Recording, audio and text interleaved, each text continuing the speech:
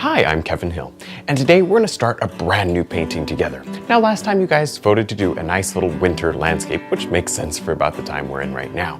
So we're going to go ahead and start that today. And of course, at the end of this video, there'll be some voting. That way you can tell me what kind of a composition you'd like to see us move forward with. All right, let's get started. We'll start off today here with our 2-inch brush and some white, just a little bit of white, and some red and some yellow. Now, my palette is very dirty because I was actually just got done painting the big one, and so you'll see what we were doing with that one in a couple days. All right, so I'm tinting now, just tinting our canvas here at the horizon. Now, I put a little white medium mixed, made out of a little bit of clear gel and white. It makes a nice little, well, it's a nice soft paint that moves, but it also feels a bit sticky, which is good. You don't want your, traditional, very slippery mediums on here because I feel like, at least, in my opinion, it seems to make it much more difficult. So that's the reason, the reason I like the clear gel and white mix. All right, now I'm mixing some blue and red together, and I'll throw some black into that. Even if you're viewing this after the voting's closed, it's kind of fun to look through the videos and kind of see how a painting is created. The structure, the idea behind, how you get from a blank canvas to the finished thing. There. All right, so now I'm going to just blend these together. There we go. Now we'll take a little bit of white and just some pink, a little of our red and yellow. That makes a beautiful pink. And I'm going to come over here and just begin to very softly drop in some clouds. You'll notice that I haven't loaded much paint into the brush. What that does is gives us, what otherwise might be a frustrating effect to see up here. But I actually want it. It's not really muddy, but you know what I mean. It's not bright.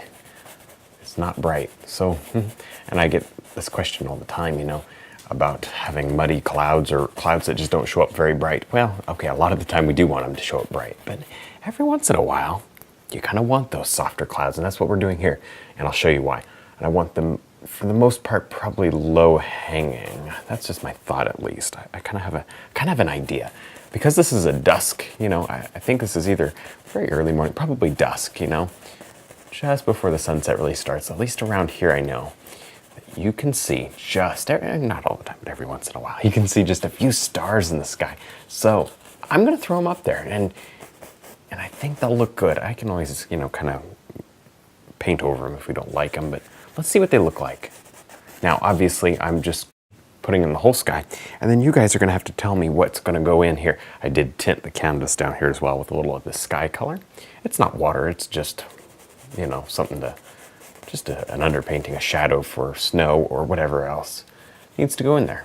Maybe you guys want a cabin or, a forest, trees, lake, mountain, I don't know, whatever.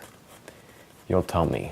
There we go. I'll have a whole bunch of, well, maybe a whole bunch, but a few different options for you guys, so that, we have a nice variety. Now I'm going to take just a minute or two to drop in what feels like a little star up here. So I've got my little detail round and some dirty white here, just white tinted with whatever. And I've got my clouds, and I don't want to go over the clouds for obvious reasons. There we go. Yes. I'm not going to go crazy with the number of these stars. I'm just going to go a few here and there, and then especially let the brush run out of paint as you go down. You don't want many. You really don't. There. Okay, I don't even know. Maybe these are a little too distinct. I might actually just sort of, well, definitely I won't do anything until I stand back. You know the rule. You gotta look back from 6 feet before you make any good choices. Okay, maybe take a big brush here. Actually, why would we do that when we have our blender brush? Yikes. All right, let me just take these and I'm just going to touch them and see what that does, kind of feather them. This blender brush is great. If you haven't tried one, now is the time. Definitely go to the website and check this thing out. There. It's so nice. It makes such a beautiful, soft effect. I'm going to step back and then I'll come back and either add more to them or take away from them. We'll see. Now I'm going to go ahead and load up our detail round with a soft peach color. This time I have a little more paint in the brush and a little more white. And I think I want to add just a couple of last little Last little highlights to these clouds. And I think just for fun, let's pick light source coming across this way. Now, I really don't have a great context for that, but just the way the clouds line up seems like it'd be better. Obviously, if you guys choose something that, would look better with the light source changed, of course I'll do that. But for now, this is just something, we gotta pick a direction.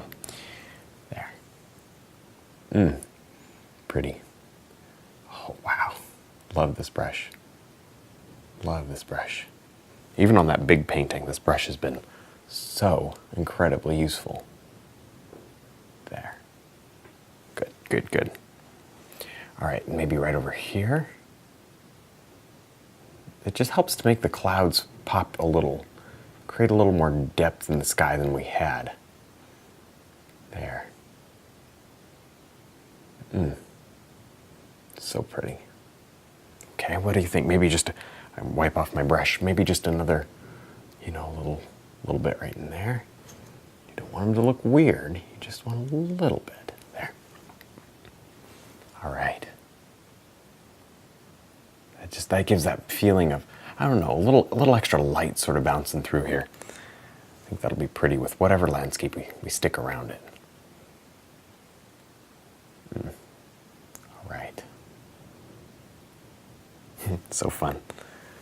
Be sure to share this video, like, subscribe, all that good stuff, because that really lets me know that you're enjoying it and we're doing the right thing here. Well, now it's your turn to vote. So the first option that we have is a very large and up, kind of close-up road with some very beautiful large trees, almost like a forest. And that could be interesting, although we would lose a lot of the sky. Or we could do a vast mountain scene with a very narrow, small, winding river. Probably put a lot of emphasis on the mountain and then the river taking kind of the second position there. Or we could do something totally different. A large fence, and that fence would be kind of in the foreground and on a ridge line, and we're going to be looking down into the valley. It's one of those, perspectives. We'll lose a lot of the sky, but it might be worth it. Or last, we could do a beautiful farm scene, and I just have one building pictured here, but you may want to add more buildings or other things to go in the farm. Just a beautiful farm at winter. All right, well, that's about as far as we can go until I hear from you. So go ahead and go to the website and vote for how you'd like to see this painting continue. Thanks for watching.